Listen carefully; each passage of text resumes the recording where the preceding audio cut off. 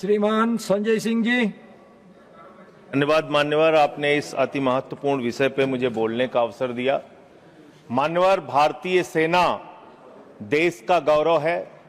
भारतीय सेना में भर्ती होना एक नौजवान का सपना होता है। मान्यवर, 2019 से लेकर 22 तक थल सेना के लिए देश के नौजवानों ने शारीरिक परीक्षण दिया, मान्यवर, चिकित्सीय परीक्षण दिया और वो परीक्षाएं पास की उन्होंने। 1,23,000 की संख्या उन नौजवानों की थी, मान्यवर। और इसी तरीके से वायुसेना के लिए लगभग 7,000 नौजवानों ने परीक्षा पास की।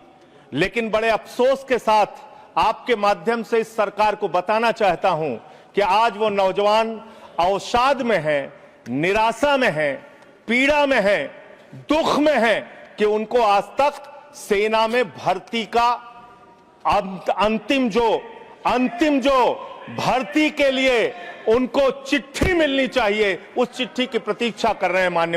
मान्यवर, भारतीय सेना में हरियाणा का नौजवान, राजस्थान का नौजवान, उत्तर प्रदेश हो, पंजाब हो, देश के अलग अलग हिस्सों का नौजवान बड़े हिम्मत के साथ, बिहार का नौजवान भर्ती होता है। ये सपना देखता है, उसकी मां दूध पिलाती है अपने बच्चे को, सुबह दौड़ लगाता है, वो इस सपने के साथ भर्ती होता है कि अगर -50 डिग्री टेम्परेचर में सियाचिन में भारत माता की रक्षा करने की जरूरत पड़ी तो अपने प्राणों की आहुति देंगे। +50 डिग्री टेम्परेचर में जैसलमेर में खड़े होकर अगर भारत माता की रक्षा करने की जरूरत पड़ी तो अपने प्राणों की आहुति देंगे। लेकिन आपने अग्निवीर जैसी योजना लाकर भारतीय सेना के साथ और भारत माता के साथ विश्वासघात करने का काम किया। मान्यवर, एक अंतिम बात कह के मैं अपनी बात को खत्म करूंगा। मान्यवर, एक हरेंद्र यादव नाम का सेना का नौजवान, सेना का जवान पिछले दिनों जौनपुर में मिला। मान्यवर, वो हरेंद्र यादव अपनी पीड़ा, अपनी दुख को मेरे सामने वो रख रहा था। उसने विपक्ष के तमाम नेताओं के सामने और सत्ता पक्ष के सामने भी गिड़गिड़ाया, रोया।